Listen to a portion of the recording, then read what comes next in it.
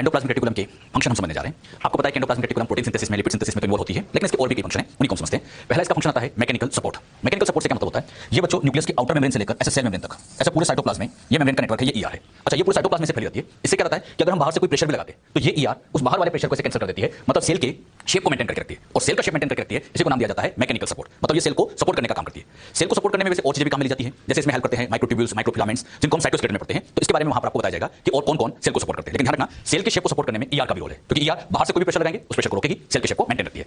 इसी का अगला फंक्शन आता है इंट्रासेल्युलर ट्रांसपोर्ट। नाम से समझ आ रहा है, इंट्रासेल्युलर मतलब सेल के अंदर। आप सभी जानते हैं ये ईआर से जो वेसिकल निकली थी गोल्जी बॉडी के पास जाती है, तो ये सेल के अंदर ही तो ट्रांसपोर्ट हो रहा है, और सेल के अंदर ट्रांसपोर्ट हो रहा है तो क्या नाम दे देंगे? इंट्रासेल्युलर। तो इंट्रासेल्युलर ट्रांसपोर्ट करने में किसका रोल होता है? एंडोप्लाज्मिक रेटिकुलम का ही रोल है। क्लियर? इसी का अगला फंक्शन आता है सेलुलर मेटाबॉलिज्म।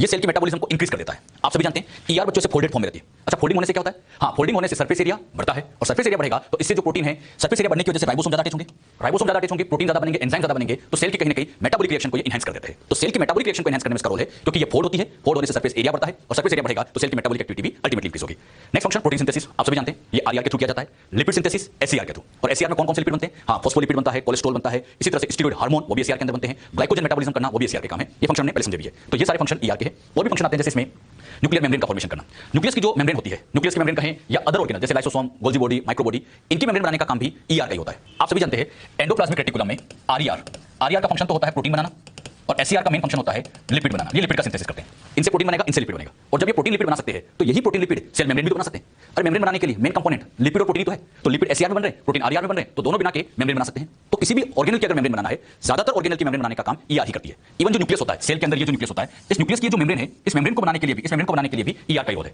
एक बार बच्चों नीट में बड़ा अच्छा क्वेश्चन आया था, न्यूक्लियर मेम्ब्रेन कौन फॉर्म करता है? अब उन्होंने जो ऑप्शन दिए थे बड़े कंफ्यूजिंग दे दिए। उन्होंने क्या ऑप्शन में आरईआर भी दे दिया और एसईआर भी दे दिया, दोनों दे दिए।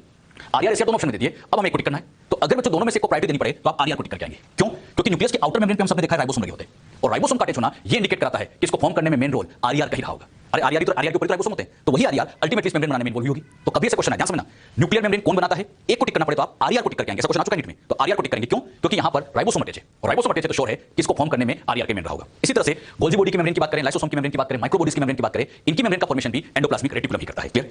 इसी का बच्चों बहुत अच्छा फंक्शन आता है डिटॉक्सिफिकेशन। ये फंक्शन भी वेरी इंपॉर्टेंट। डिटॉक्सिफिकेशन का मतलब होता है टॉक्सिक चीज को नॉन टॉक्सिक में कन्वर्ट करना। टॉक्सिक का नॉन टॉक्सिक में कन्वर्जन ये डिटॉक्सिफिकेशन कहलाता है, और ये डिटॉक्सिफिकेशन करते हैं साइटोक्रोम P450। साइटोक्रोम P450 एक प्रोटीन है जो स्पेशली एसईआर में बनता है, मतलब ये बनेगा आरईआर से लेकिन प्रेजेंट एसईआर में रहेगा, एसईआर के अंदर ही प्रेजेंट होता है, और स्पेशली लिवर सेल की। तो लिवर सेल की एसईआर के अंदर साइटोक्रोम P450 प्रेजेंट होता है, और यही टॉक्सिक चीजों को नॉन टॉक्सिक में कन्वर्ट कराता है, मतलब एक तरह का डिटॉक्सिफिकेशन हेल्प करता है। तो एंडोप्लाज्मिक रेटिकुलम कहां इन्वॉल्व होती है, इसके सारे फंक्शन में समझिए। ये बच्चों मैकेनिकल सपोर्ट करती है, इंट्रासेल्युलर ट्रांसपोर्ट करती है, जरूरत पड़ने पर सिक्रीशन भी कर देती है, साथ ही साथ न्यूक्लियर मेम्ब्रेन बनाना, लाइसोसोम की मेम्ब्रेन बनाना, ये सब ईआर के फंक्शन है। तो ईआर क्या होता है, क्या इसके फंक्शन है, ये बातें हमने समझी। Clear? Golgi complex, Golgi complex क्या होता है? गोल्जी बॉडी को सबसे पहले ऑब्जर्व करने का काम और इसका जो नेम देने का काम कैमेलियो गोल्जी साइंटिस्ट ने किया था। 1898 के अंदर इन्होंने गोल्जी बॉडी को ऑब्जर्व किया था। इन्होंने बच्चों किया क्या था, उल्लू की नर्व सेल को बाहर निकाला, उसको स्टेन किया और माइक्रोस्कोप से देखा। तो माइक्रोस्कोप में इन्हें न्यूक्लियस के पास में एक डेंस स्ट्रक्चर दिखी थी, और उसी डेंस स्ट्रक्चर को कैमेलियो गोल्जी ने नाम दे दिया था गोल्जी बॉडी। गोल्जी बॉडी की खास बात होती है, इन्होंने जब ऑब्जर्व किया था तो इसे न्यूक्लियस के पास ऑब्जर्व किया था, लेकिन बाद में जब क्लियर पता चला, बाद में जब अच्छी क्वालिटी के माइक्रोस्कोप से देखा गया तो पता चलता है कि न्यूक्लियस के डायरेक्ट कॉन्टैक्ट में तो ईआर होती है। हाँ, ईआर के एसोसिएशन में फिर गोल्जी बॉडी होती है। तो ध्यान रखना, न्यूक्लियस के कॉन्टैक्ट में ईआर है और ईआर के कॉन्टैक्ट में फिर गोल्जी बॉडी रहती है। गोल्जी बॉडी को बच्चों और भी कई नाम दिए जाते हैं। गोल्जी बॉडी को हम लाइपोकॉन्ड्रिया भी कहते हैं, क्योंकि इसमें लिपिड कंटेंट ज्यादा होता है। इसी को हम डिक्टोसोम भी कहते हैं, और डिक्टोसोम किस रिस्पेक्ट में कहा जाता है? प्लांट के रिस्पेक्ट में। तो प्लांट की जो गोल्जी बॉडी होती है इसको बच्चों डिक्टोसोम के नाम से भी जानते हैं। ये दोनों नाम भी ध्यान रखना, डिक्टोसोम प्लांट गोल्जी बॉडी का नाम है। जहां पे बच्चों ये गोल्जी बॉडी मिलती है, इसके सराउंडिंग का ये जो एरिया होता है, इसमें कोई दूसरे ऑर्गेनल्स नहीं होते, मतलब इस एरिया में देखा जाए तो एक्सक्लूसिवली गोल्जी बॉडी होती है और कुछ नहीं होता। यहां केवल और केवल गोल्जी बॉडी रखी जाती है। इस एरिया में माइटोकॉन्ड्रिया, क्लोरोप्लास्ट ऐसे कोई ऑर्गेनल नहीं होते। क्यों नहीं होते? क्योंकि ईआर से जो वेसिकल यहीं जानी है, अगर बीच में माइटोकॉन्ड्रिया या अदर ऑर्गेनल्स होंगे तो ट्रांसपोर्ट में दिक्कत आती है। तो गोल्जी बॉडी का जो सराउंडिंग एरिया होता है ये पूरी तरह से क्लियर रखा जाता है, इसके आसपास कोई ऑर्गेनल नहीं होता, और ऐसे एरिया को नाम दिया जाता है zone of exclusion. Zone of exclusion का मतलब ऐसा एरिया जिसमें एक्सक्लूसिवली गोल्जी बॉडी है, ऐसे एरिया को नाम दिया जाता है जोन ऑफ एक्सक्लूजन। क्लियर? तो गोल्जी बॉडी के जो खास बातें याद ध्यान रखिएगा। इसके अगर हम कंपोनेंट्स की बात करें, गोल्जी बॉडी के कंपोनेंट में वही कंपोनेंट आते हैं जो हमने ईआर में पढ़े थे। कौन कौन से? यस, सिस्टर्नी, ट्यूब्यूल्स, वेसिकल, वही आएगा। पहले हम सिस्टर्नी की बात करें। सिस्टर्नी क्या होता है आप सभी जानते हैं, ये लॉन्ग प्लेटेड अनब्रांच स्ट्रक्चर जो दिख रही होती है ये बच्चों सिस्टर्नी कहलाती है। अच्छा, सिस्टर्नी मतलब लॉन्ग प्लेट अनब्रांच स्ट्रक्चर, ये सिस्टर्नी कहलाती है। सिस्टर्नी की खास बात ये होती है कि यहां ये जो सिस्टर्नी होती है, इन सिस्टर्नी की नंबर यहां वेरिएबल होती है। जैसे 1 2 3 सिस्टर्नी मैंने आपके सामने ड्रॉ की है, लेकिन 1 2 3 नहीं होती, ये बहुत सारी हो सकती है, 4 भी हो सकती है, 5 भी हो सकती है, 6 भी हो सकती है। तो इनकी नंबर वेरिएबल होती है। बहुत इंपॉर्टेंट पॉइंट, गोल्जी बॉडी के अंदर जो सिस्टर्नी होती है इसकी नंबर फिक्स नहीं होती है, ये वेरिएबल नंबर की सिस्टर्नी यहां प्रेजेंट होती है। इन सिस्टर्नी के अंदर एक डेंस फ्लूइड प्रेजेंट होता है, और अंदर जो डेंस फ्लूइड मिलता है इसे स्पेशली नाम दिया जाता है नोट्स। नोट्स मतलब dense material present inside the cisternae. तो सिस्टर्नी के अंदर एक डेंस ओपेक मटेरियल प्रेजेंट होता है, इसे बच्चों नोट्स कहा जाता है। अगर हम सिस्टर्नी के डायमीटर की बात करें तो सिस्टर्नी का डायमीटर 0.5 से लेकर 1 माइक्रोमीटर की रेंज में होता है, मतलब इसका डायमीटर निकाला जाए 0.5 से 1 माइक्रोमीटर की रेंज में होगा। क्लियर? अच्छा, सिस्टर्नी की नंबर फिक्स नहीं होती है, ये वेरिएबल होती है। वेरिएबल नंबर ऑफ सिस्टर्नी यहां पर प्रेजेंट होती है। एक खास बात, जब बच्चों सिस्टर्नी एक के पास एक अरेंज हो जाती है तो इन सिस्टर्नी में दो सरफेस होती है। ये बात मैं आपको पहले समझा चुका हूं। जो पार्ट टुवर्ड द न्यूक्लियस आता है ऐसे पार्ट को हम सीस फॉर्मिंग या कॉन्वेक्स फेस कहते हैं, और जो अपर साइड में आता है उसको कहते हैं ट्रांस मैच्योरिंग या कॉन्केव सरफेस। यानी गोल्जी बॉडी के अंदर दो सरफेस होती है, एक नीचे वाली सीस मतलब न्यूक्लियस की तरफ आगे वो सीस है, और जो ऊपर की तरफ रहेगी वो ट्रांस है। अब बच्चों जो सीस और ट्रांस फेस होती है ये दोनों डिफरेंट है, ये सीस ट्रांस अलग अलग है, लेकिन बच्चों ये इंटरनली अगर देखा जाए तो ये इंटरनली सब कुछ कनेक्टेड ही होता है। एक बार फिर समझना, cis and trans face are entirely different, दोनों डिफरेंट है बट दे आर इंटरकनेक्टेड। तो बड़ी इंपॉर्टेंट लाइन एनसीईआरटी की line, cis and trans face different होती है बट ये इंटरकनेक्टेड होती है, आपस में ये जुड़ी रहती है। और ऐसा भी होता है यहां से बच्चों से वेसाइकल निकली, फिर इसके पास जुड़ेगी, फिर यहां से वेसाइकल बनेगी, इसके पास जुड़ेगी, तो ये इस वे में भी यहां पर अटैच रहती है। जो बात यहां सिस्टम की बताई इनमें से डायमीटर अच्छे से ध्यान रखना, नंबर वेरिएबल होती है ये भी ध्यान रखिएगा, तो ये पॉइंट आप अच्छे से ध्यान रखो। क्लियर, सिस्टम क्या क्लियर हो सब अच्छे से। अगले नंबर पे इसी में अगला कंपोनेंट आता है ट्यूबल्स। ये बच्चों सिस्टम थी, अब इस सिस्टम के साथ ऐसी ट्यूब लाइक यहां स्ट्रक्चर लगी होती है, ऐसी ट्यूब लाइक स्ट्रक्चर, और ये जो ट्यूब लाइक स्ट्रक्चर यहां एसोसिएटेड आपको दिख रही होती है इनको ट्यूबल्स कहा जाता है। क्लियर, ट्यूबल्स मतलब इरेगुलर कभी कभी ब्रांच ट्यूब लाइक स्ट्रक्चर होती है। अगले नंबर पे आता है वेसाइकल, ऐसी membrane bound Oval shape structure क्या कहलाती है बच्चों, vesicle. Membrane bound Oval spherical structure vesicle कहलाती है। तो 3 कंपोनेंट हो गए, ध्यान समझना, ये सिस्टम है, ये ट्यूबल्स है, ये वेसाइकल है। गोल्जी बॉडी में खास बात होती है कि इसके ये जो कंपोनेंट आपको दिख रहे हैं सिस्टनी ट्यूबुल वेसाइकल एक दूसरे से कनेक्टेड है, सिस्टनी ट्यूबुल से कनेक्टेड, ट्यूबुल वेसाइकल से कनेक्टेड है। एक दूसरे से कनेक्ट होने की वजह से ऐसा लगता है जैसे कॉम्प्लेक्स फॉर्म बना है, इसीलिए गोल्जी बॉडी को गोल्जी कॉम्प्लेक्स कहा जाता है। गोल्जी कॉम्प्लेक्स को कहते हैं क्योंकि इसके कंपोनेंट कॉम्प्लेक्स फॉर्म में अरेंज होते हैं, इसलिए इसको बच्चों गोल्जी कॉम्प्लेक्स भी कहते हैं। फंक्शन की बात करें, गोल्जी बॉडी का सबसे पहला फंक्शन और मेन मटेरियल का सिक्रीशन करना, मटेरियल की पैकिंग करना, उनका सिक्रीशन करना। ये काम कैसे होता है ये मैं आपको पहले भी समझा चुका हूं, एक आउटलाइन। ईआर से जो मटेरियल जाते हैं गोल्जी बॉडी की सी स्पेस के पास, ये जो सरफेस होती है ये सी सरफेस होती है। फिर यहां से जो प्रोटीन आए थे ईआर के प्रोटीन लिपिड, गोल्जी बॉडी उनको मॉडिफाइड करती है, उनके साथ कार्बोहाइड्रेट जोड़ते हैं जिसको हम ग्लाइकोसाइलेशन कहते हैं। फिर इन मटेरियल की पैकिंग यहां अपर वाली ट्रांसफेस से होती है, और पैक होने के बाद इन मटेरियल को या तो सेल के बाहर कर दिया जाता है, अंदर बाहर कर देंगे तो उसे सिक्रीशन कह देंगे, अंदर रख लेंगे तो ये इंट्रासेल्युलर हो जाएगा। यानी गोल्जी बॉडी ईआर से मटेरियल लेती है, मॉडिफाइड करती है, ग्लाइकोप्रोटीन ग्लाइकोलिपिड्स बनाती है, फिर बच्चों उसको ट्रांसफेस से पैक करती है। पैकिंग करने का काम है गोल्जी बॉडी, और पैक करने के बाद या तो सेल के बाहर कर देती है या सेल के अंदर यूज कर सकती है। गोल्जी बॉडी ईआर से मटेरियल रिसीव करेगी सी स्पेस के थ्रू, मॉडिफाइड करेगी कौन से प्रोसेस से, तो ग्लाइकोसाइलेशन से, फाइनली ग्लाइकोप्रोटीन ग्लाइकोलिपिड्स बनाएगी, और इनको बच्चों पैक करने के बाद सेल से बाहर भी कर सकती है या इंट्रासेल्युलर भी यूज कर सकते हैं। ये इसका सबसे मेन फंक्शन है, और ये फंक्शन आपको पहले समझा चुका हूं, तो आप इसको अच्छे से ध्यान भी रखें। एग्जाम में एक लाइन का क्वेश्चन आता है, ग्लाइकोप्रोटीन ग्लाइकोलिपिड्स किसने बनाए, गोल्जी बॉडी। लेकिन एक बार फिर कहूंगा मैं, ग्लाइकोप्रोटीन ग्लाइकोलिपिड बनाती गोल्जी बॉडी है, लेकिन इनके बनने की स्टार्टिंग ईआर में ही हो जाती है, मतलब ये कार्बोहाइड्रेट जुड़ने की प्रोसेस ईआर में ही शुरू हो जाती है। फिर समझना, ग्लाइकोप्रोटीन ग्लाइकोलिपिड बनना ईआर में स्टार्ट हो जाएगा, हां कंप्लीट गोल्जी बॉडी के अंदर किया जाता है। क्लियर, नेक्स्ट फंक्शन आता है और वो है लाइसोसोम का फॉर्मेशन। ये भी हमने समझा था। यहां पे बच्चों ऐसी वेसाइकल बनी है जिसके अंदर डाइजेस्टिव एंजाइम भरे, इसको लाइसोसोम कहते हैं। लाइसोसोम को पैक कौन करता है, बताना सभी। पैक तो गोल्जी बॉडी करती है, लेकिन पैकिंग के मटेरियल ईआर देगी, मतलब ईआर ने मटेरियल दिया, गोल्जी बॉडी ने उसको पैक किया, लाइसोसोम तैयार। तो लाइसोसोम की खास बात है इसका फॉर्मेशन ईआर और गोल्जी बॉडी मिलकर करते हैं। ये क्वेश्चन आ चुका है, लाइसोसोम की पैकिंग कौन करता है, तो गोल्जी बॉडी करती है। इसी में अगला function cell wall material. Cell wall के मटेरियल से कहते हैं हेमिसेल्युलोज पेक्टिन, और ये सब गोल्जी बॉडी में तो बनते हैं, तो इसके अंदर हेमिसेल्युलोज पेक्टिन का फॉर्मेशन होता है। और ये हेमिसेल्युलोज पेक्टिन कहां काम आ जाते हैं, हां इनका फंक्शन होता है सेल वॉल फॉर्मेशन में, तो सेल वॉल के मटेरियल बनाती है, ये भी आप ध्यान रखिएगा। अच्छा, गोल्जी बॉडी का अगला बड़ा इंपॉर्टेंट फंक्शन है cell plate formation. Cell plate क्या होती है इसके बारे में वैसे डिटेल में जब हम सेल डिवीजन पढ़ते हैं तो वहां साइटोकाइनेसिस के टाइम पे आपको समझा दिया जाता है। जब साइटोकाइनेसिस होता है स्पेशली प्लांट के अंदर, तो प्लांट में साइटोकाइनेसिस के टाइम पर प्लेट बनती है, और ये प्लेट बनाने का काम गोल्जी बॉडी करती है। एक आउटलाइन समझाता हूं, ये प्लांट सेल है, अब इसको बीच में से डिवाइड करना है, तो डिवाइड करने के लिए बीच में ऐसी एक प्लेट तैयार हो जाती है, और ये जो प्लेट बनी इस प्लेट का नाम सेल प्लेट।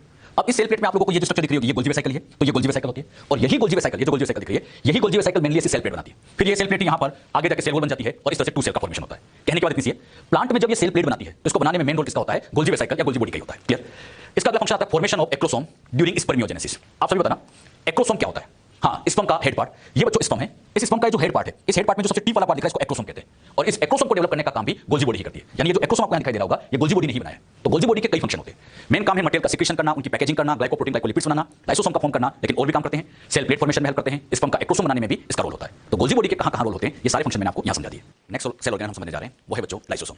लाइसोसोम क्या होता है, ये सेल है, सेल का साइटोप्लाज्म, इस साइटोप्लाज्म के अंदर ऐसी सिंगल मेम्ब्रेन बाउंड स्ट्रक्चर होती है जो गोल्जी बॉडी से पैकिंग के बाद बनती है। ये जो स्ट्रक्चर कहलाती है इसी को बच्चों लाइसोसोम कहते हैं। लाइसोसोम की खास बात होती है कि इसके अंदर यहाँ पर बहुत सारे एंजाइम प्रेजेंट होते हैं। अच्छा, यहाँ कई तरह के एंजाइम्स होते हैं, इन एंजाइम की खासियत होती है कि ये एंजाइम हाइड्रोलाइटिक होते हैं। हाइड्रोलाइटिक मतलब वाटर के प्रेजेंस में ये ब्रेक डाउन करते हैं, तो इसके अंदर हाइड्रोलाइटिक एंजाइम प्रेजेंट होते हैं जो मॉलिक्यूल का फाइनली ब्रेक डाउन करते हैं। लाइसोसोम का काम यही है, मॉलिक्यूल का डाइजेशन करना, उनका ब्रेक डाउन करना। अब बात आती है किनका डाइजेशन करते हैं, तो ये बच्चों हर तरह के मॉलिक्यूल का डाइजेशन कर सकते हैं, लिपिड हो, प्रोटीन हो, कार्बोहाइड्रेट हो, न्यूक्लिक एसिड मतलब डीएनए आरएनए हो, इन सबका डाइजेशन करने में कैपेबल है। तो लाइसोसोम का मेन फंक्शन आपसे पूछे तो सबसे मेन काम डाइजेशन करना, ये बच्चों की खासियत है। इनके एंजाइम की भी खास बात होती है कि अंदर जो एंजाइम भरे हैं ये एंजाइम एसिडिक पीएच पर काम करते हैं, और इसके लिए सबसे बेस्ट पीएच होती है 5। ये सबसे इंपॉर्टेंट क्वेश्चन है, लाइसोसोम के एंजाइम किस पीएच पर काम करते हैं, तो पीएच 5 पर। तो लाइसोसोम की स्ट्रक्चर बहुत सिंपल है, सिंगल मेम्ब्रेन बाउंड है, अंदर एंजाइम भरे हैं जो एसिडिक पीएच पर काम करते हैं। अच्छा, इस एसिडिक पीएच को मेंटेन करने के लिए लाइसोसोम की मेम्ब्रेन पर ऐसे H+ पंप लगा दिए जाते हैं। ये H+ पंप क्या करते हैं, साइटोप्लाज्म के जो H+ आयन है अंदर की तरफ ट्रांसफर करते हैं, लेकिन जब ये अंदर की तरफ ट्रांसफर करते हैं तो यहाँ एक्टिव ट्रांसपोर्ट चलाना पड़ता है, मतलब एटीपी का खर्चा होता है। तो एटीपी की प्रेजेंस में साइटोप्लाज्म के H+ आयन लाइसोसोम के अंदर जाएंगे, लाइसोसोम में H+ की अमाउंट बढ़ेगी, इसी की वजह से यहाँ पर ये एसिडिक पीएच हो जाती है। तो यहाँ जो एसिडिक पीएच मेंटेन की जाती है साइटोप्लाज्म के H+ आयन से ही मेंटेन की जाती है। क्लियर, तो हमने क्या सीखा, lysosome single membrane bound structure Golgi body से पैक हुआ है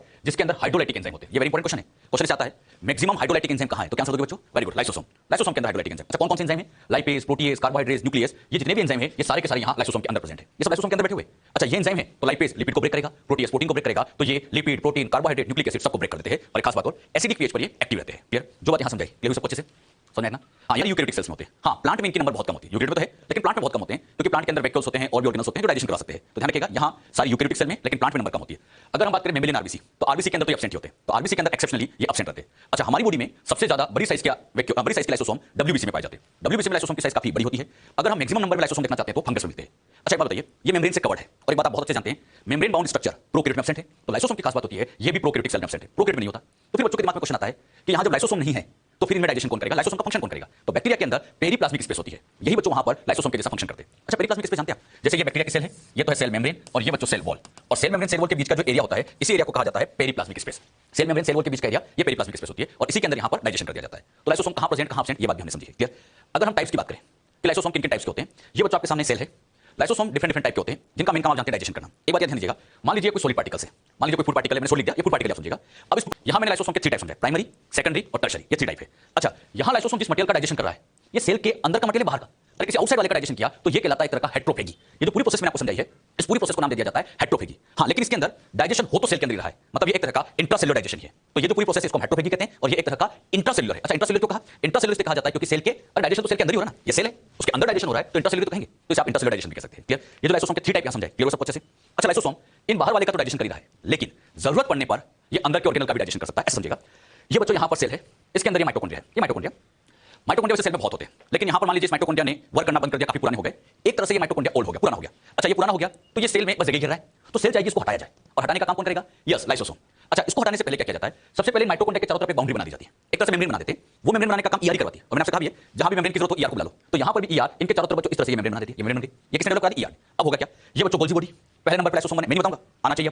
पहले नंबर पे बना, नाम बोलो, प्राइमरी लाइसोसोम। इसके अंदर एंजाइम इनएक्टिव, बताओ क्यों? क्योंकि यहां पर स्टार्टिंग में पीएच कितनी होती है? 7 होती है, तो इनएक्टिव होता है। फिर बच्चों ये दोनों आपस में फ्यूज होते हैं। अच्छा, जैसे इनका फ्यूजन होता है यहां पे बच्चों, यहां जैसे इनका फ्यूजन होता है, फ्यूजन होते ही साइटोप्लाज्म के H+ अंदर की तरफ जाएंगे। अच्छा, H+ अंदर की तरफ जा रहा है, H+ का बढ़ना यानी पीएच का कम होना, और पीएच कम होकर 7 से 5 होती है, एंजाइम एक्टिव होते हैं। एंजाइम एक्टिव होते हैं, इसका कर देते हैं डाइजेशन, छोटे छोटे पार्टिकल्स बना लेते हैं, जो काम के वो सब यूज कर लेंगे। अच्छा, इनमें डाइजेशन हो रहा है तो ये एक तरह का सेकेंडरी है, ये सेकेंडरी थे। लेकिन खास बात, ये बच्चों सेल के अंदर का मटेरियल डाइजेस्ट करते हैं, सेल्फ का मटेरियल डाइजेस्ट करते हैं, तो इसीलिए सेकेंडरी को अब ऑटोफेगोसोम कहा जाता है। अच्छा, बाहर वाले का डाइजेशन किया तो हेट्रोफेगोसोम कहा था, लेकिन अंदर वाले का डाइजेशन किया तो इसे ही नाम दे दिया गया ऑटोफेगोसोम, तो ये ऑटोफेगोसोम होते हैं। अच्छा, डाइजेशन के बाद यूजफुल चीजें सारी अब्सॉर्ब होगी, जो वेस्ट मटेरियल था जिन्हें फाइनली सेल से बाहर करेंगे, एक्सोसाइटोसिस, और इन लाइसोसोम को नाम दे दिया जाएगा टर्शियरी लाइसोसोम, टीलोलाइसोसोम, रेसिडुअल बॉडी, इस तरह से बच्चों को नाम दे देंगे। तो अब हम समझे, लाइसोसोम सेल के बाहर का मटेरियल डाइजेस्ट कर रहा था, यहां पर हमने सीखा सेल के अंदर के मटेरियल का भी डाइजेशन करता है, दोनों तरह का डाइजेशन करता है, सेल के आउटसाइड के मटेरियल का भी और अंदर का भी। बात आती है अंदर के ऑर्गेनल कब डाइजेस्ट करते होंगे? हाँ, ये तब डाइजेस्ट करने की जरूरत पड़ती है जब ये ऑर्गेनल या तो ओल्ड हो चुके हो या फिर एक कंडीशन होती है जब सेल में स्टार्वेशन आ जाए। स्टार्वेशन मतलब, हाँ, इसको सिंपल लैंग्वेज में कहते हैं भूख मरी, सेल के अंदर का सारा न्यूट्रिशन खत्म हो गया, सेल को एनर्जी चाहिए, तो उस कंडीशन में अंदर के ऑर्गेनल्स का डाइजेशन करते थे, और अंदर के ऑर्गेनल का डाइजेशन करते थे उसको हम ऑटोफेगी कहते थे। अच्छा, यहां पे भी डाइजेशन हो तो सेल के अंदर ही रहा है, मतलब ये भी एक तरह का इंट्रासेलुलर डाइजेशन है, ये भी से भी हम इंट्रासेलुलर डाइजेशन कहेंगे। तो जो बात यहां पर भी समझाई, क्लियर हुई? लाइसोसोम के अगर हम समझे तो टोटल 4 टाइप्स हो गए, प्राइमरी लाइसोसोम, सेकेंडरी के 2 टाइप हो गए, सेकेंडरी में एक हो गया हेट्रोफेगोसोम, एक ऑटोफेगोसोम और एक आ जाता है टर्शियरी, तो ऐसे टोटल 4 टाइप के लाइसोसोम होते हैं। अच्छा, मुझे बताओ, ये एक ही सेल है और इसी एक सेल में लाइसोसोम का ये फॉर्म, ये फॉर्म, ये फॉर्म, अलग अलग फॉर्म देखने को मिले। अगर एक ही सेल में किसी ऑर्गेनल के डिफरेंट फॉर्म देखने को मिले तो उसे हम कहते हैं पॉलीमॉर्फिक। तो लाइसोसोम को कहा जाता है highly polymorphic cell organelle. Polymorphic मतलब पॉली मींस बहुत सारे, मॉर्फ मतलब फॉर्म, तो सेल के अंदर इसके बहुत सारे फॉर्म होते हैं, इसलिए इसको पॉलीमॉर्फिक सेल ऑर्गेनल कहते हैं, क्लियर? ये लाइसोसोम के टाइप्स मैंने आपको समझाया। अब बात करते हैं इसके फंक्शन की। फंक्शन में सबसे फंक्शन ऑफ लाइसोसोम, इनमें सबसे पहला आता है इंट्रासेलुलर डाइजेशन, नाम से समझ रहा है, सेल के अंदर। इंट्रासेलुलर में आपको समझा चुका हूं। हेट्रोफेगी कब कहते हैं? जब बाहर वाले का डाइजेशन होता है, फॉरेन मटेरियल आउटसाइड मटेरियल का डाइजेशन होता है, और अंदर वाले का हो तो ऑटोफेगी कह देंगे, digestion of all cell organelle. लेकिन ऑटोफेगी कब करते हैं? जब या तो ऑर्गेनल ओल्ड हो जाए या स्टार्वेशन आ जाए, क्लियर? इसी तरह से अगला डाइजेशन करते हैं ये एक्स्ट्रा सेलुलर। लाइसोसोम दोनों तरह का डाइजेशन करें, सेल के बाहर भी डाइजेशन करते हैं एक्स्ट्रा सेलुलर। इसका बहुत बड़ा एग्जांपल मिलता है फंगस के अंदर। ये बच्चों आपको समझाने के लिए फंगस है, फंगस के सेल के अंदर ऐसे लाइसोसोम्स मिलते हैं, काफी फ्रीक्वेंटली लाइसोसोम देखे जाते हैं। अच्छा, यहां पे बच्चों ये कोई मटेरियल है, इसका फंगस डाइजेशन करती है, तो वो क्या करती है? अपनी सेल के अंदर के जो लाइसोसोम के अंदर जो एंजाइम भरे हैं, इन एंजाइम को सबसे पहले बाहर निकालती है। अच्छा, ये एंजाइम यहां बाहर आएंगे और बाहर आने के बाद यहां बच्चों डाइजेशन करेंगे। अच्छा, लाइसोसोम डाइजेशन, लाइसोसोम के जो एंजाइम है डाइजेशन इस फंगस के अंदर कर रहे हैं, बाहर कर रहे हैं, बाहर डाइजेशन हो रहा है और बाहर हो तो उसी को हम कहते हैं एक्स्ट्रा सेलुलर डाइजेशन। तो एक्स्ट्रा सेलुलर डाइजेशन का बेस्ट एग्जांपल फंगस में होता है। इसी तरह का डाइजेशन और देखा जाता है ऑस्टियोजेनेसिस के टाइम पर। ऑस्टियोजेनेसिस मतलब बोन फॉर्मेशन के टाइम पर जो बोन के अनवांटेड पार्ट है उसको हटाने के लिए ऑस्टियोक्लास्ट सेल होती है, वो भी इस तरह का डाइजेशन करती है। जैसे ये बोन है, समझाने के लिए मैंने इस तरह से बना दिया। अब इसके साथ ये कुछ अनवांटेड पार्ट है, तो इसको हटाने के लिए यहां बच्चों ये सेल लगी है, इसका नाम था ऑस्टियोक्लास्ट सेल। बोन के अंदर ऑस्टियोक्लास्ट सेल थी। अब इस ऑस्टियोक्लास्ट सेल के अंदर यहां ये लाइसोसोम बैठे। अच्छा, अब इस लाइसोसोम ने यहां एंजाइम रिलीज किया, बाहर रिलीज किया, और फिर ये इसका डाइजेशन कर रहे हैं। तो डाइजेशन यहां पर भी सेल के तो बाहर ही हो रहा है, और सेल के बाहर हो रहा है मतलब एक्स्ट्रा सेलुलर। अरे, सेल के तो बाहर डाइजेशन चल रहा है ना, तो एक्स्ट्रा सेलुलर कहेंगे। तो एक्स्ट्रा सेलुलर डाइजेशन के 2 सबसे बेस्ट एग्जांपल है, एक तो फंगस में देखा जाता है और दूसरा ऑस्टियोजेनेसिस के टाइम पर भी ऐसा ऑब्जर्व किया जाता है, क्लियर? इसी का अगला फंक्शन आता है ऑटोलाइसिस। ऑटोलाइसिस का मतलब होता है सेलुलर डाइजेशन, मतलब पूरी सेल का डाइजेशन। ऑटोलाइसिस में complete cell, whole cell digestion, इसी को बच्चों हम कहते हैं ऑटोलाइसिस। अब ये क्या होता है? ये साइटोप्लाज्म है, इसके अंदर ये लाइसोसोम है, इसके अंदर बच्चों ये एंजाइम भरे होते हैं, अंदर एंजाइम भरे। अब बच्चों कई बार ऐसा होता है कि ये जो लाइसोसोम की मेम्ब्रेन है ये डिसॉल्व हो जाती है, कुछ ऐसे मटेरियल होते हैं जिसकी मेम्ब्रेन को डिसॉल्व कर देते हैं। अच्छा, जैसे इसकी मेम्ब्रेन मान लो डिसॉल्व हो गई तो इसके अंदर के ये एंजाइम पूरे साइटोप्लाज्म से फैल जाते हैं। और पूरे साइटोप्लाज्म में फैलने के बाद ये लाइसोसोम के एंजाइम पूरी की पूरी सेल का डाइजेशन कर देते हैं और ऐसे कंप्लीट सेल का डाइजेशन इसी को ऑटोलाइसिस कहा जाता है। ऑटोलाइसिस का मतलब लाइसोसोम की जो मेम्ब्रेन थी टूटी, एंजाइम पूरी सेल में बिखरे और पूरी सेल का डाइजेशन कर दिया, इसी को ऑटोलाइसिस कहा जाता है। क्लियर? ऑटोलाइसिस का मतलब होल सेल डाइजेशन। क्लियर? अच्छा, इसमें ये सेल को तो मारा, लाइसोसोम ने सेल को खत्म किया, खुद भी तो खत्म हुआ है। अच्छा, खुद ही खत्म हो जाता है, इसलिए इनको एक स्पेशल नाम भी दिया जाता है सुसाइडल वेग ऑफ सेल। तो ऑटोलाइसिस की वजह से ही लाइसोसोम को सुसाइडल वेग ऑफ सेल भी कहते हैं। खास बात, ऑल लाइसोसोम ऑफ सेल जितने भी हैं वो सारे बस्ट हो जाते हैं और पूरी सेल को कंप्लीटली डाइजेस्ट कर देते हैं और इसी बेसिस पे इसको नाम दिया सुसाइडल वेग ऑफ सेल। अच्छा, कंफ्यूज नहीं होना, ऑटोलाइसिस अलग होता है, ऑटोफेगी अलग होता है। ऑटोलाइसिस का मतलब पूरी सेल का डाइजेशन और एक ऑर्गेनल का डाइजेशन हो तो ऑटोफेगी कहते हैं। तो दोनों में डिफरेंस रखना, ऑटोलाइसिस अलग है, ऑटोफेगी अलग है। क्लियर? अच्छा, ये ऑटोलाइसिस क्या हमेशा कर दे, बॉडी में हमेशा ऑटोलाइसिस ला दे? बहुत सोच समझ के ऑटोलाइसिस करना पड़ता है, क्योंकि बच्चों जब इन अनवांटेड सेल को हटाना पड़ेगा तो अगर पूरी बॉडी में ही लाइसोसोम से ब्रस्ट हो गए तो पर्सन की डेथ हो जाएगी। ऑटोलाइसिस बहुत सोच समझ के किया जाता है, कब कब जरूरत पड़ सकती है। Autolysis occur during first removal of old cell, body की कोई सेल बहुत पुरानी हो गई उसको हटाना है तो ऑटोलाइसिस करा दो। या दूसरा, remove unwanted organ of embryo, embryo का जब डेवलपमेंट होता है उसमें कुछ अनवांटेड ऑर्गन लगे हुए तो उनको हटाने के लिए भी ऑटोलाइसिस करा सकते हैं। और इसी का बच्चों एक और तीसरा बड़ा एप्लीकेशन आता है मेटामॉर्फोसिस के टाइम पर। मेटामॉर्फोसिस का मतलब होता है लार्वा का एडल्ट में चेंज होना। जैसे बच्चों ये लार्वा है टेडपोल, अब इसको बच्चों ऐसे एडल्ट में लार्वा को एडल्ट में चेंज करे तो इसको मेटामॉर्फोसिस कहते हैं। अच्छा, यहाँ पर खास बात होती है, ये जो फ्रॉग है इसके लार्वा का नाम होता है टेडपोल। आप डायग्राम में ध्यान से देख होंगे कि टेडपोल के अंदर आपको टेल दिख रही है, सबको नजर आ रही होगी। टेडपोल के अंदर तो टेल है, लेकिन इस फ्रॉग की बात करें तो इस फ्रॉग में कहीं पर भी आपको टेल नजर नहीं आ रही। यानी जब ये लार्वा इस एडल्ट में चेंज हो रहा होगा तो इसके टेल को डाइजेस्ट कर दिया होगा। अब बात आती है टेल डाइजेस्ट किसने कराई, तो टेल को डाइजेस्ट करने के लिए यहाँ की सेल के अंदर, टेल के अंदर जो सेल होगी इसके लाइसोसोम के अंदर, सेल के अंदर लाइसोसोम है, इसके अंदर एक एंजाइम होता है कैथेप्सिन और वही कैथेप्सिन एंजाइम इस टेल को हटाने का काम करता है। यानी लाइसोसोम के अंदर का एक स्पेशल कैथेप्सिन एंजाइम होता है, वो इस टेल को हटाता है और यहाँ पर भी टेल को हटाते टाइम पूरी की पूरी सेल का डाइजेशन होता है और पूरी सेल का डाइजेशन मतलब ऑटोलाइसिस। तो ऑटोलाइसिस को बहुत अच्छा लिखा गया है मेटामॉर्फोसिस के टाइम पर और इसमें कैथेप्सिन एक एंजाइम होता है जो लाइसोसोम का एंजाइम है, वो इस प्रोसेस को फॉलो करता है। Lysosome formation Golgi body plus ER मिलकर करते हैं। गोल्जी बॉडी तो पैकिंग करती है, ईआर पैकिंग के मटेरियल देती है, तभी लाइसोसोम तैयार होता है। कई बार शॉर्ट में इसको ऐसे लिख देते हैं, गोल्जी बॉडी का जी, एंडोप्लाज्मिक रेटिकुलम का ईआर, लाइसोसोम का एल, तो शॉर्ट में बन जाता है जीईआरएल सिस्टम। क्वेश्चन आता है बच्चों जीईआरएल सिस्टम किससे एसोसिएटेड है, तो लाइसोसोम के सिंथेसिस से रिलेटेड, फॉर्मेशन से रिलेटेड जीईआरएल सिस्टम होता है। जी मतलब Golgi body, ER is equal to lysosome. Clear? तो लाइसोसोम क्या करता है, कौन कौन से टाइप के होते हैं, क्या फंक्शन है, कौन सी पीएच पे काम करता है, ये सारी बातें हमने यहां समझी। वैक्यूल के बारे में बच्चों समझ रहे हैं, वैक्यूल होती क्या है। ये सेल का साइटोप्लाज्म है, इसमें एक ऐसी बड़ी सी मेम्ब्रेन बाउंड स्पेस होती है और इसी बड़ी मेम्ब्रेन बाउंड स्पेस को कहा जाता है वैक्यूल। मतलब सेल के साइटोप्लाज्म में ऐसी मेम्ब्रेन बाउंड स्पेस, इसे बच्चों वैक्यूल नाम देते हैं। अच्छा, वैक्यूल की खास बात ये होती है कि ये प्लांट सेल के अंदर मेनली प्रेजेंट होती है। ये प्लांट का मेन फीचर बताया जाता है, तो प्लांट के अंदर वैक्यूल मेनली प्रेजेंट होती है और सिंगल मेम्ब्रेन से कवर होती है। क्लियर? अच्छा, प्लांट में भी ये परमानेंट सेल में प्रेजेंट होती है। प्लांट में अगर हम देखें तो परमानेंट सेल के अंदर प्रेजेंट होती है और परमानेंट सेल में स्टार्टिंग में तो थोड़ी छोटी होती है, लेकिन जैसे जैसे सेल की एज बढ़ती जाती है ये वैक्यूल भी बड़ी होती जाती है और कई बार तो इतनी बड़ी हो जाती है कि ये सेल के साइटोप्लाज्म का अप टू 90% पार्ट कवर कर लेती है। अप टू 90 का मतलब ऐसा नहीं कि हमेशा 90% कवर करेगी, ये 60%, 70%, 80%, मैक्सिमम 90% तक ये कवर कर सकती है। इतनी बड़ी तक यहाँ पर वैक्यूल हो सकती है। अच्छा, परमानेंट सेल के अंदर तो प्रेजेंट होती है, परमानेंट सेल आप जानते हैं जो डिवाइड करती है, लेकिन अगर हम मेरिस्टेम सेल की बात करें तो ये मेरिस्टेम सेल में जनरली एब्सेंट होती है, लेकिन कभी कभी आप मेरिस्टेम सेल में वैक्यूल को ऑब्जर्व कर सकते हैं और अगर मान लीजिए वैक्यूल वहां दिखी है तो वहां साइज बहुत छोटी होगी, वेरी स्मॉल। तो ध्यान रखना, ये प्लांट में प्रेजेंट होती है और प्लांट की भी मेनली परमानेंट सेल का फीचर होता है। मेरिस्टेम में जनरली एब्सेंट, लेकिन कभी कभी इसको देखा जाता है। सेम बात एनिमल के लिए भी है, एनिमल सेल में एब्सेंट होती है, लेकिन अगर यहां देखी गई तो यहां पर भी साइज तो फिर छोटी ही मिलेगी। वैसे जनरली एब्सेंट है, लेकिन अगर मिलती है तो साइज वाइज यहां पर भी छोटी होगी। तो वैक्यूल का मिलना मेन किसका फीचर है, प्लांट है और प्लांट में भी अगर पूछा जाए तो परमानेंट सेल का फीचर होता है। वैक्यूल के अगर हम स्ट्रक्चर समझे तो वैक्यूल की स्ट्रक्चर बहुत सिंपल है। ये बच्चों वैक्यूल की स्ट्रक्चर, इस वैक्यूल की स्ट्रक्चर में आप देखोगे बाहर की तरफ केवल एक ही मेम्ब्रेन है, समझाने के लिए इसको बड़ा बना दिया। यहां पर ये जो सिंगल मेम्ब्रेन आपको दिख रही है इसको टोनोप्लास्ट कहते हैं। टोनोप्लास्ट मतलब वैक्यूल की जो बाउंड्री आपको दिखाई दे रही है इस बाउंड्री को ही नाम दिया जाता है टोनोप्लास्ट। कई बार तो ये क्वेश्चन आ जाता है वैक्यूल कितनी मेम्ब्रेन से कवर है, तो क्या बताओगे, सिंगल मेम्ब्रेन, और यहां पर इसकी मेम्ब्रेन का नाम दे दिया गया है टोनोप्लास्ट। अब इस वैक्यूल के अंदर जितना भी कंटेंट है अंदर वाले सारे कंटेंट को मिलाकर कहा जाता है सेल से। अब बात आती है वैक्यूल में क्या क्या भरा हुआ है। वैक्यूल के अंदर मेनली प्रेजेंट होता है वाटर, यहां मेन वाटर को स्टोर किया जाता है। साथ ही साथ यहां पर सेल का एक्सक्रीटरी प्रोडक्ट होता है, मतलब सेल में जो एक्सक्रीटरी मटेरियल बना प्लांट में वो सब वैक्यूल में भर दिया जाता है। यहां ऐसे प्रोडक्ट भी होते हैं जो सेल के काम के नहीं है, मतलब सेल ने बना तो लिया लेकिन यूजफुल नहीं थे तो वो भी वैक्यूल में भर दिया जाए। यानी वैक्यूल को एक तरह से प्लांट का स्टोर रूम कह देते हैं। जैसे घर में होता है ना स्टोर रूम, काम नहीं आ रहा है तो वैक्यूल में डाल दो, तो सेम वही बात है, यहां पर भी जो काम नहीं आता है वो वैक्यूल में भर दिया जाता है। यानी ये वैक्यूल एक तरह से सेल का स्टोर रूम आप कह सकते हैं। लेकिन इसमें कई बार बड़ी इंपॉर्टेंट चीज होती है, इसके अंदर पिगमेंट्स भी देखे गए हैं, वैक्यूल में पिगमेंट्स भी देखे गए। इन पिगमेंट की खास बात ये होती है कि यहां पिगमेंट वाटर सोल्यूबल नेचर के होते हैं, वेरी इंपॉर्टेंट। यहां पिगमेंट प्रेजेंट है, नेचर वाइज पूछा जाए तो वाटर सोल्यूबल, वाटर में डिसॉल्व होते हैं। इनमें जो फेमस पिगमेंट होते हैं जैसे एंथोसाइनिन, एंथोक्लोर, इस तरह के पिगमेंट यहां पर प्रेजेंट होते हैं। तो वैक्यूल में पिगमेंट को भी देखा गया। साथ ही साथ यहां पर आयंस भी भरे होते हैं, लेकिन खास बात आयंस की कंसंट्रेशन यहां पर हाई होती है, हाई अमाउंट में, हाई कंसंट्रेशन के फॉर्म में यहां पर आयंस भी होते हैं। तो वैक्यूल में कई चीजें हैं, वाटर है, एक्सक्रीटरी मटेरियल है, ऐसे प्रोडक्ट है जो सेल के काम के नहीं होते हैं। साथ ही साथ इसमें पिगमेंट्स होते हैं, आयंस होते हैं, कई सारी चीजें होती है। अच्छा, ये जो साइटोप्लाज्म होते हैं इसमें भी आयंस होते हैं लेकिन लो कंसंट्रेशन में। अब यहां पर मान लीजिए ये आयन, साइटोप्लाज्म के आयन जरूरत नहीं तो यहां स्टोर कर लेंगे। मान लीजिए साइटोप्लाज्म में आयन बैठा है, काम नहीं आ रहा तो वैक्यूल में स्टोर कर देंगे। तो जब इसको लो से हाई पहुंचाएंगे तो अगेंस्ट द कंसंट्रेशन यहां पर आयन को ट्रांसपोर्ट करना पड़ जाता है। तो वैक्यूल अगेंस्ट द कंसंट्रेशन ऐसे आयन को ट्रांसपोर्ट करा देती है। अच्छा, इसके खास बात क्या देख रहे हैं आप, वैक्यूल के अंदर वाटर भी है और आयंस भी, दोनों चीजें और दोनों स्टोर है। इससे क्या फायदा होता है कि जरूरत पड़ने पर ये बच्चों यहां वापस वाटर की सप्लाई भी कर सकती है, आयन की सप्लाई भी कर सकती है। इससे क्या होगा कि जरूरत पड़ेगी तो बाहर वाटर सप्लाई करेंगे, आयन सप्लाई करेंगे, तो इस साइटोप्लाज्म का ऑस्मो रेगुलेशन मेंटेन रहेगा। अगर यहां सेल का ऑस्मोटिक प्रेशर रेगुलेट करना है तो इसमें वैक्यूल का बड़ा इंपॉर्टेंट रोल होता है, क्योंकि जरूरत पड़ने पर ये वाटर, जरूरत पड़ने पर आयन सप्लाई करती रहती है, इससे सेल का ऑस्मो रेगुलेशन मेंटेन रहता है। ये वैक्यूल की बड़ी खास बात होती है, vacuole help in osmoregulation of the cell. और क्यों करती है, क्योंकि इसमें वाटर आयन दोनों है, रिक्वायरमेंट के हिसाब से वाटर दे भी सकते हैं, वापस गेन भी कर सकते हैं, जरूरत के हिसाब से ये सेल का ऑस्मो रेगुलेशन मेंटेन करती है। ये वेरी इंपॉर्टेंट फंक्शन है, अच्छे से ध्यान रखना है। तो वैक्यूल में क्या क्या होता है हमने सीखा। ये जो वैक्यूल मैंने आपको समझाई ये बच्चों प्लांट की है, और प्लांट की वैक्यूल के अंदर जितना भी मटेरियल है इसको हम कह देते हैं सेप। इसलिए ये जो वैक्यूल आपको सिखाई गई है कई बार इसको सेफ वैक्यूल के नाम से भी जाना जाता है। ये सेफ वैक्यूल भी आप कह सकते हो जो प्लांट में देखी जाती है। हाँ, प्लांट के अलावा कुछ अमीबा प्रोटिस्टा के अंदर भी आप देखोगे वैक्यूल मिलेगी, वो कौन कौन सी होती है वो भी समझ लेते हैं। एक नाम सुना होगा आपने, contractile vacuole. Contractile vacuole amoeba में होती है। ये बच्चों अमीबा बिना किसी शेप का, इसके अंदर ऐसी एक वैक्यूल होती है जिसको हम कहते हैं कॉन्ट्रेक्टाइल वैक्यूल। ये कॉन्ट्रेक्टाइल वैक्यूल यहाँ साइटोप्लाज्म में जो एक्स्ट्रा वाटर है उसको इसके अंदर भर लिया जाता है, फिर ये इसको बाहर निकाल देती है। मतलब अच्छा वाटर इसमें भरेगा तो साइज बड़ी होगी, फिर वाटर बाहर निकलेगा तो साइज छोटी होगी, तो साइज में इसमें कॉन्ट्रैक्शन होता है, इसलिए इसको कॉन्ट्रेक्टाइल वैक्यूल कहते हैं। और ये सेल में एक्सेस वाटर को बाहर निकाल देती है, मतलब एक तरह से यही ऑस्मोरेगुलेशन करती है। और साथ ही साथ सेल का जो वेस्ट मटेरियल कोई बना है वो भी इसमें भर देते हैं, तो वो भी इसके साथ बाहर निकल जाता है, तो ये एक्सक्रीशन में भी होती है। आपके एनसीईआरटी में लिखा है वैक्यूल हेल्प इन एक्सक्रीशन, एनसीईआरटी में लिखा है हेल्प इन एक्सक्रीशन, लेकिन ध्यान रखना इसका एक मेन फंक्शन ये भी होता है ऑस्मोरेगुलेशन। ऑस्मोरेगुलेशन में भी इसका रोल होता है, क्वेश्चन आ चुका है। कॉन्ट्रेक्टाइल वैक्यूल का रोल तो आप पूछ सकते हो ऑस्मोरेगुलेशन में आता है। इसी तरह से फूड वैक्यूल, नाम से समझ में आ रही, फूड वैक्यूल मतलब फूड पार्टिकल को इंगल्फ करने से बनी होगी। मान लीजिए जैसे कोई फूड पार्टिकल है, इसको इंगल्फ किया, तो इंगल्फ करने के बाद अब ये जो वैक्यूल बन गई इसको फूड वैक्यूल कह देते हैं। ये वैक्यूल प्रोटिस्टा या अमीबा के अंदर देखी जाती है। तो many cells food vacuoles are found, कैसे फॉर्म होती है? फूड पार्टिकल को इंगल्फ करने से। तो ध्यान रखिएगा अलग अलग तरह की वैक्यूल्स होती है। प्लांट की वैक्यूल को स्पेशली सेफ वैक्यूल कह देते हैं, अमीबा में जो इसको कॉन्ट्रेक्टाइल वैक्यूल कहते हैं, साथ ही साथ फूड वैक्यूल भी यहाँ पर देखी जाती है। तो वैक्यूल क्या होती है ये हमने समझा, लेकिन सबसे इंपॉर्टेंट क्वेश्चन कितनी मेम्ब्रेन से कवर है? तो सिंगल मेम्ब्रेन से कवर होती है और उसके अंदर जितना भी कंटेंट है उसको सेल से कर दिया जाता है। क्लियर? तो जो बातें हमने यहाँ पर समझी है ये सब आप अच्छे से ध्यान रखें।